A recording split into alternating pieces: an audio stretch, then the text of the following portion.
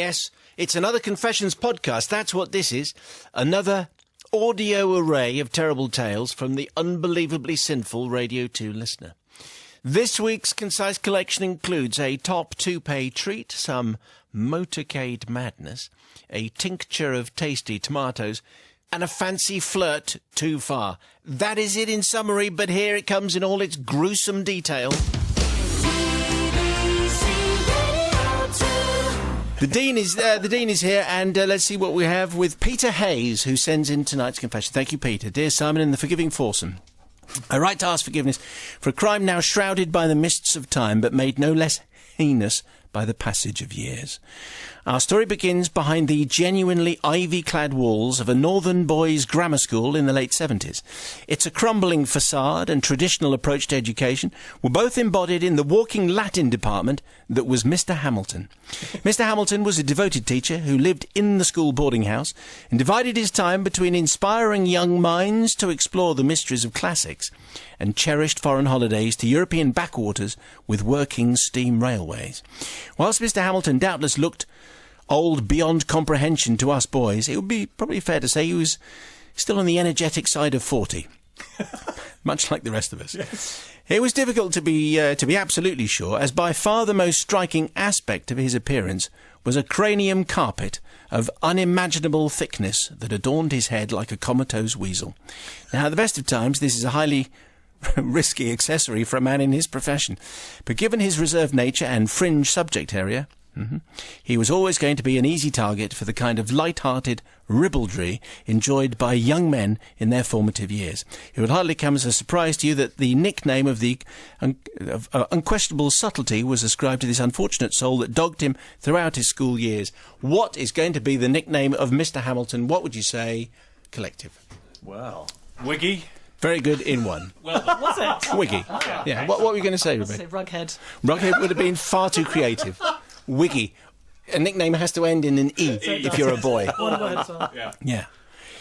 Now, one afternoon when the ablative was in full effect, those of us who struggled to imagine the possibility that we might one day spend our sunshine 2 weeks in ancient Rome allowed our minds to stray to the no less modern schoolboy activity of chewing up wadges of paper before firing them undetected at the ceiling with a plastic ruler. Hours of fun, let me tell you. As with any group of unruly youngsters, this game couldn't simply stop with partial artexing of the overhead. After all, pueri erunt pueros. Absolutely. Boys will be boys, as I'm sure you knew, Deadly. Yeah. As such, the bits of paper became larger and larger and the clandestine flicking bolder and bolder until disaster became inevitable. Having launched an oversized globule which initially attached itself alongside the others, I was horrified to see it overwhelmed by gravity and drop seemingly in slow motion towards the classroom floor. The situation deteriorated rapidly as the figure of Mr. Hamilton, patrolling the aisles like a brooding leopard, inadvertently provided the perfect landing pad for my papier-mâché command module as it hurtled towards the earth. Yes, the damp and sticky mass had settled atop the nylon nest and triggered sniggering from a number of boys who could not believe this alarming turn of events. There would surely be hell to pay. Oh! Peter, I'm impressed. That's very good. Should we stop there? No, well, there's more to come. All right. Mr. Hamilton was placed in an impossible position. A brief investigation made him acutely aware that the moist missile was not to be easily removed and that any attempts to do so could potentially result in slippage and all its accompanying humiliation. That said, continuing to teach so adorned was also a non-starter, so Mr. Hamilton was left with no alternative but to abandon the lesson some 10 minutes early, muttering something about stuffy classroom or something, before retreating to the sanctuary of his chambers, where he was doubtless grateful for some peace and quiet. The furtive nature of the crime meant that no blame could possibly be attributed, and Mr. Hamilton was doubtless relieved never ever to mention it again.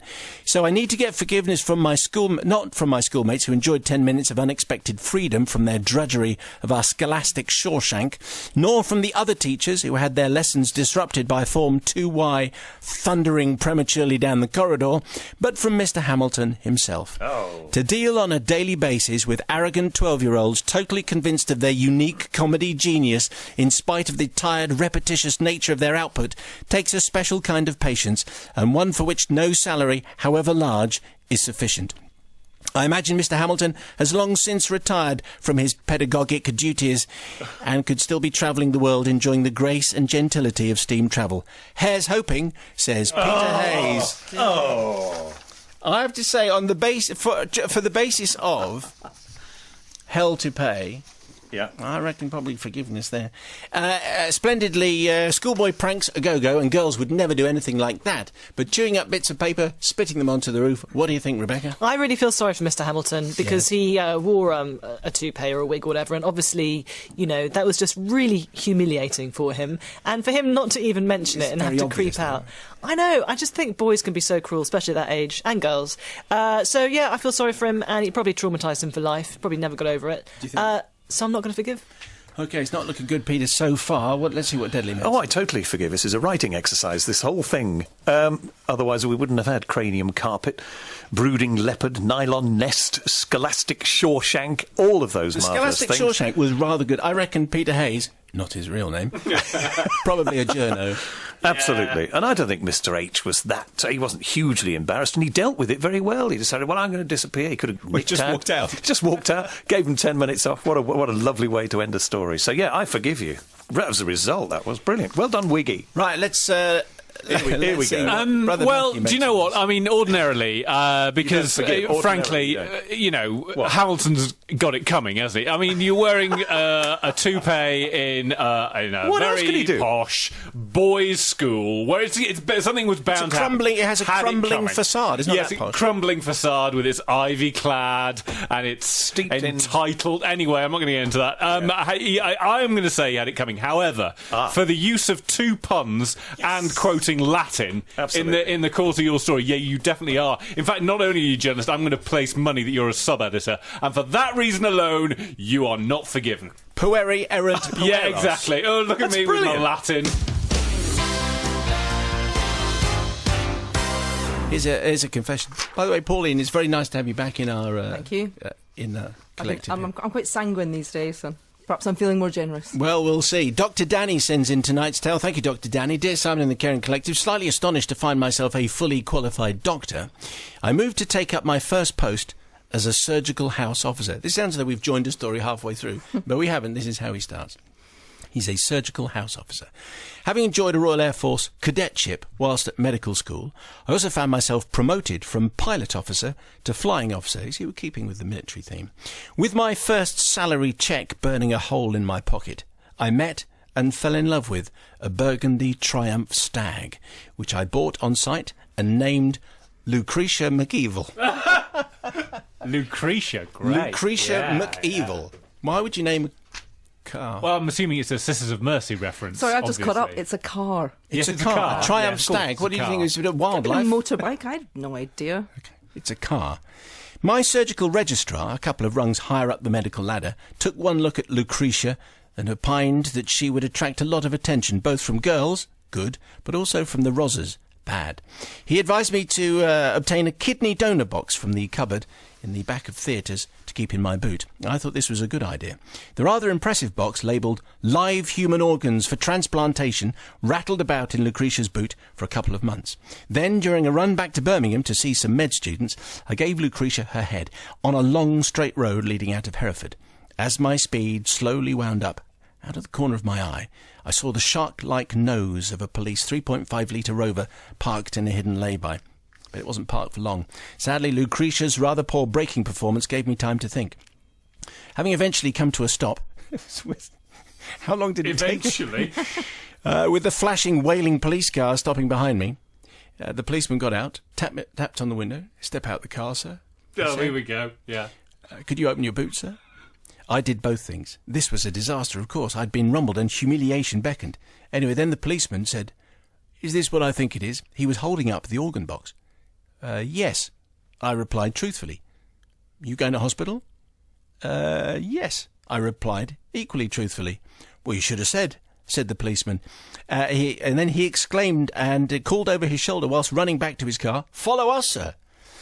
So off we went. Blue lights, sirens, We were travelling very fast. Tragically, I now had time to think. I sank lower and lower in my seat whilst trying to swallow my knuckles. Not one, but two promising careers flashed before my eyes. Doctor and RAF officer. I wondered whether the GMC would be more understanding than the air marshals or the other way round. In panic, I thought the best thing to do would be to take a fast slip road to the left that I knew was coming up ahead and run away bravely. As I approached this turn, I glanced in my mirror to see two enormous police BMW motorcycles on my tail, also with blue lights flashing, clearly summoned by the radio. Two forward motorcycle outriders also appeared up in front. We had become a motorcade. Oh, no. My motorcade swept into rush hour Birmingham, where most of the main traffic lights were being held open for us by kindly police officers posted ahead. As my bowels began to loosen, we didn't know that, Danny. Just didn't need it. We roared up the drive to the old hospital and pulled up before the impressive main steps. I leapt out of Lucretia, tried to compose myself, yanked open the boot and grasped the darned box. Being empty, I had to do my best Marcel Marceau impression as I ran up the steps. What? It's so heavy. Well, because you're in a glass box. Weight. Yeah. Give it some weight, yeah. It must have looked like the heaviest kidney in Christendom. I did an Ealing comedy salute as I ran and shouted, "Thank you, officers." I fled through the main doors of the hospital and crouched behind a door pillar, peeping out through the glass. To my amazed relief, my motorcade regained their various vehicles and meekly drove away. I collapsed to the floor in a mucky sweat and kicked the box. As I looked up, I saw the professor of surgery, who had terrified me for the whole of my med school career, peering over my head at the scene outside. From under his bushy, scary eyebrows, he glowered at me, looked at the box, glanced through the glass door, and I realised the game was up. But then he snorted at me. Yes, I tried that once too. Yeah, I'll bet. I realise now that I should have fessed up immediately and not allowed this miscommunication to continue, but I was only young and somewhat foolish, as you probably gather. Well, Dr. Danny's got a Triumph Stag. Hey, how long does it take a Triumph Stag to break? I mean, clearly, a very, very long time. And they're not made anymore. So there you go. So, Dr. Danny, now let's see how sanguine Pauline is, because she hasn't been doing this for a while. I don't quite sanguine about that. Of course, I don't actually approve of speeding in any kind of frail, sporty car I don't think thingy. the word speeding, actually. I don't think he would have been stopped by the aforementioned Rozzers if he hadn't been speeding. I doubt if they'd have stopped him just for the fun They might of have it. thought that looks like a Triumph Stag with a long braking distance. Yeah. We need to run out. We need to rev our engine. He also sounds like a petrol head, which is a little bit unforgivable. We didn't need to know the brand of the motorcycle outriders from the cars, but I think fair dues. I think he thought you were going to get away with it. Probably never imagined it to come out into that kind of scenario. Imagine that roaring through the centre of Birmingham with outriders. That's quite cool. I would like to have seen him pretend that the box had weight. Ooh. My word, this is I a surprise. say. Brother I Matthew. think that's forgivable. I think this is definitely going to be one of those stories where when we ask for the nation's forgiveness, loads of people are going to be saying, "Yep, I've done that. I've got one of those live transport boxes in the back of my car." Really? Yeah, You I think think lots there's of people have loads. them? Yeah, loads of them are going to be saying that. However, I used to know someone who had a Triumph Stag, and he was always showing off in this car. And look at me in my Triumph Stag. Unfortunately, his girlfriend's hair was always a complete mess. Because going far too fast in the car with your top down, unlucky sunshine. So I am not going to forgive because of your choice of car. Right, tonight's confession then, entitled "Don't Rain on My Parade," comes from Davo. Davo. Yeah. For simplicity and to save confusion regarding changing names, I'm going to use my nickname that does not need changing and was given to me whilst working in Australia in the mid-90s, when Prince changed his name to AFCAP. Do you remember that? Yes, yes. Artist formerly known as Prince. Yes. This was tricky for radio, and so a national radio station put a vote out to the good Australian people, who voted instead to call him Davo. Davo. Now that makes perfect sense. Anyway, for no discernible reason, I was nicknamed Davo too, by my vest-wearing, pom-bashing, schooner-drinking, landscaping compatriots. So that's who it's from. Anyway, I digress, says Davo. My actual confession that has weighed guiltily on my now heavily weighted shoulders takes me back to when I was 8. By the way, I should say at this time, here's a warning. Do not do this at home? No. What? It's just if you're eating food, Oh, right. particularly salad, Okay. then there might come a moment in this tale where you're thinking, No one's eating salad in this weather. Well, in the middle of February. No one. Guaranteed. Do you not No one's think- eating salad If now. you're, if No. okay, if you're eating, apparently you might find this a little upsetting. Okay. Is that right? Okay, something like that. Anyway, that's the warning. Yes, anyway, I digress. My actual confession was from when I was 8 years old, says Davo. We'd been packed off to live in a sub-Saharan African country bordering the famous Victoria Falls. I have to say, Simon, it was an idyllic life, walking our days under African skies and all that, spending endless hours exploring the African bush and playing in our large garden. As a child, I was well and healthy, but I did suffer from what was described as emotional syncope. For those of a non-medical disposition, this meant that I would faint in situations of excess emotion. Okay? Which brings us to the day in question. My mother was trying to integrate into the local expatriate community and had made somewhat of a name for herself for her dinner parties that featured her now famous tomato soup and tomato salad made from her prize homegrown tomatoes. You can see where the salady kind of conference is coming in. On this particular day, she had invited a particularly influential couple for Sunday lunch and had procured an enviable leg of pork for roasting with the expected tomato soup starter, tomato salad and the usual roast pork trimmings.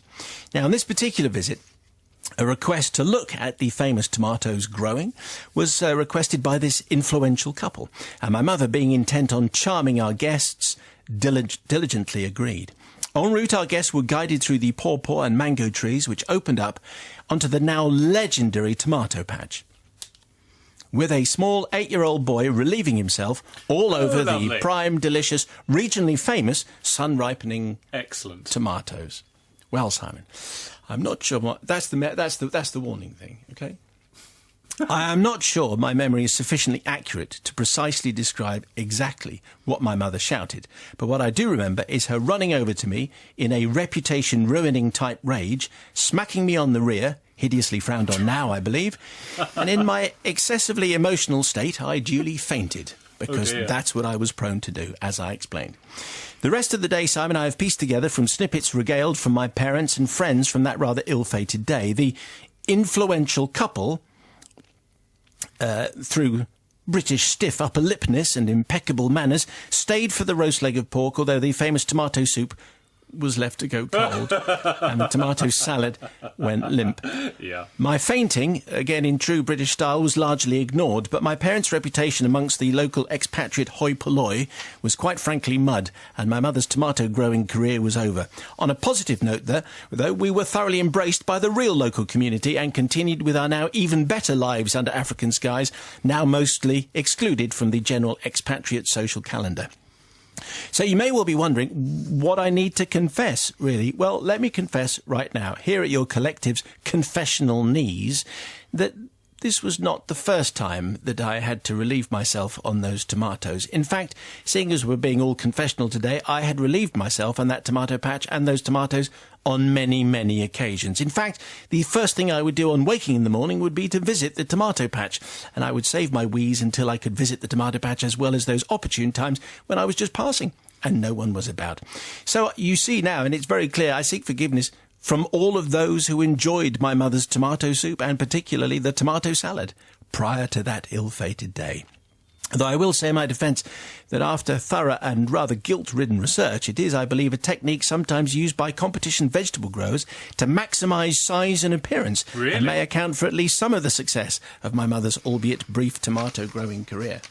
Well, it's a gardening confession. We do get gardening confessions every now and again. We don't get many from originating from Africa. So expat confessions I'm quite intrigued about, and gardening confessions always very exciting, and tomatoes. And we'll leave it there. Anyway, let's see what Sister Pauline and her sternness make of that. Well, I'm naturally inclined to forgive most 8-year-old boys. I lack the understanding of why he was doing it. I'd love to know if he was doing it out of badness or just out of the sheer joy of having a wee in the tomato patch. I think you're probably onto something there. I think Davo just thought, you know what, this is quite a fun thing. He did it the one time and thought, maybe I'm just going to do this. I think he knew it was time. something naughty, though. Do you think? Yeah, I think so. But nonetheless, I think he's completely forgiven, and he's probably completely right. It probably enhanced the flavour. Next time a Prince record comes on, I'm going to call him Davo. Davo makes far more sense than AFCAP. Anyway, Brother Matthew. Well, I think there was a degree of rebellion here from Davo, clearly, because his mother had been touted as this amazing cook as far as tomatoes were concerned, so he thought, I'm going to be involved in that myself. But it is all just the circle of life, really, isn't it? It all comes round what goes round. So I think there clearly were benefits to the tomatoes from his from his activity. So I don't really want to go into too much detail about why that would be. But anyway, and also, why bother eating the salad? I wouldn't have bothered either. In fact, I would. Yes, it wouldn't. What a great excuse. No thanks. I won't have the salad. No thanks, because I've seen what your son's been doing. So I am going to forgive. You are? Yes. Okay, I wasn't quite sure. No, you never are, really. It goes all the way around the houses. Okay, and I just think also Davo has probably... I think it's just a very, very interesting story, and he got away with it. Tonight's tale comes from Josh, and we appreciate your story. Josh, thank you very much indeed. Actually, it's got more than a hint of this.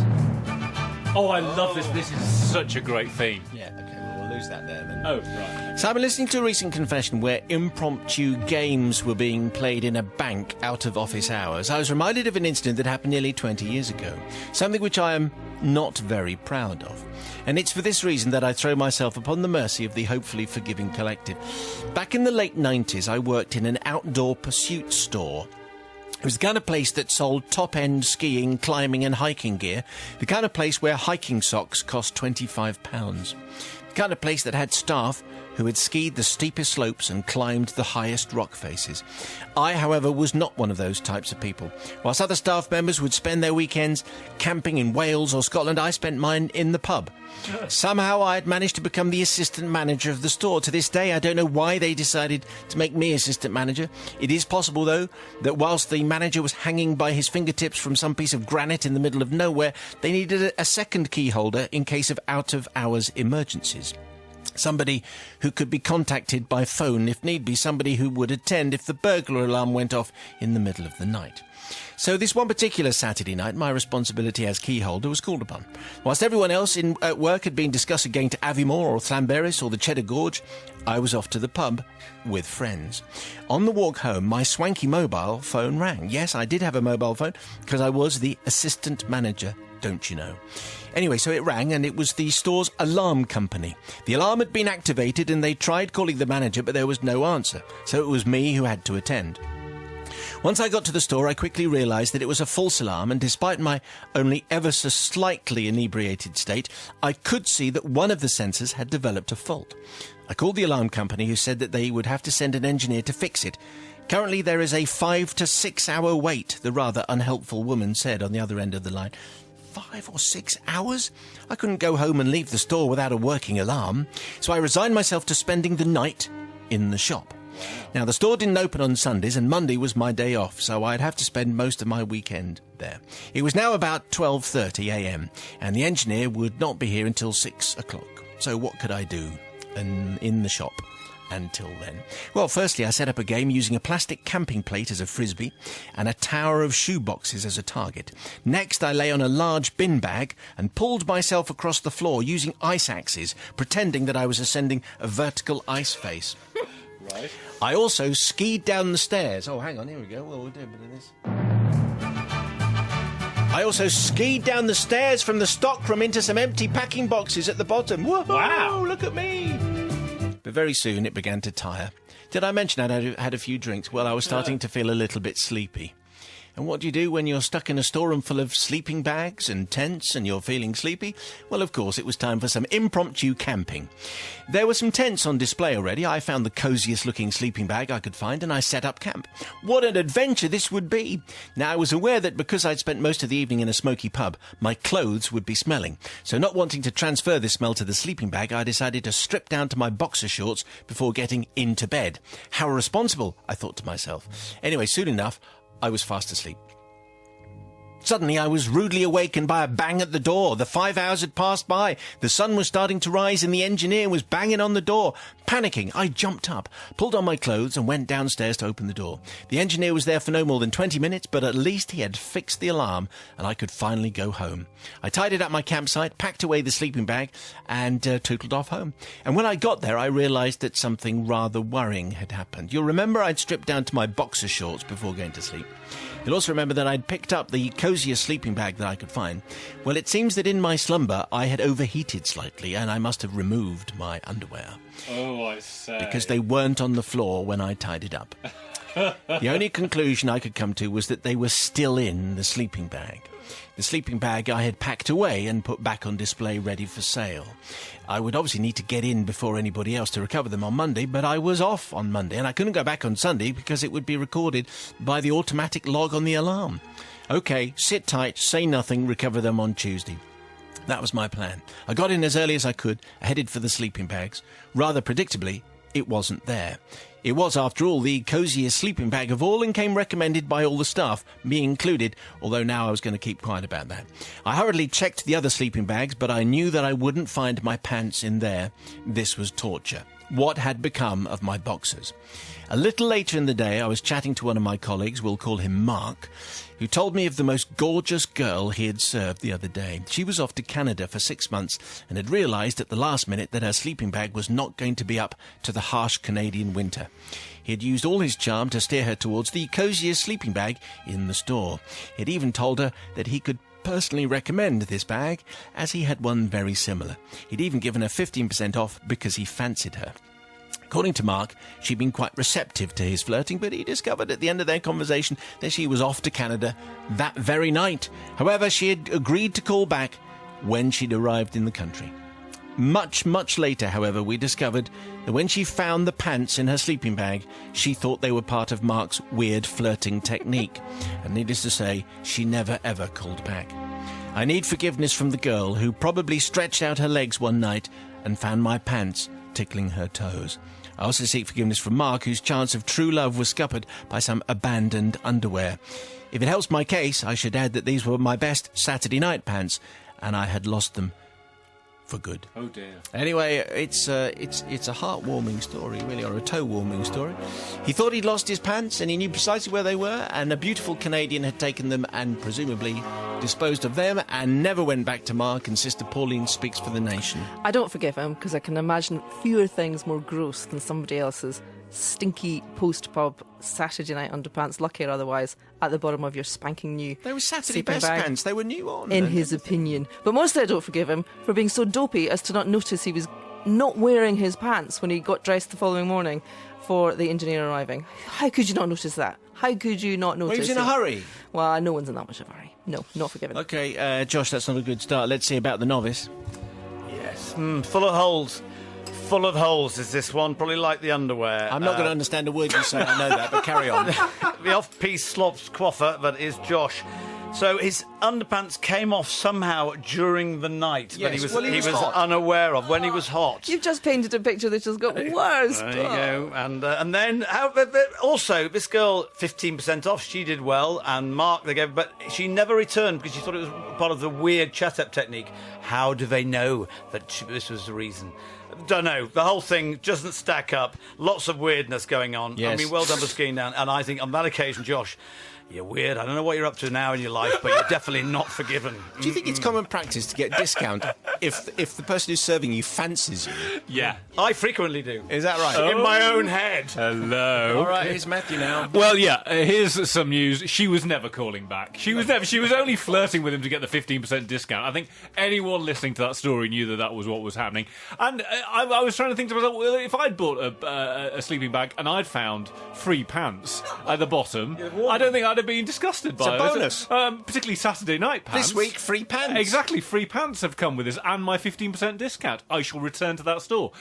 So I am going to definitely forgive, because number one, he gets it, and let he who has not got dressed without their pants on throw the first stone, I think. Is that right, I Duke? think we've all done it, and anyone who says they haven't is lying. We've all done it. So I'm definitely going to forgive, because we've all been there. Mother Matt, you are just so contrary, aren't you? Okay. You were suggesting of wearing someone else's pants. Yeah, right.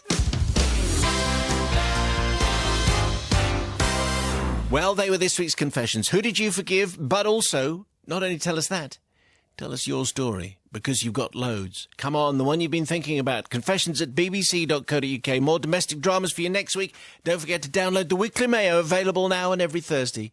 Thank you for your time.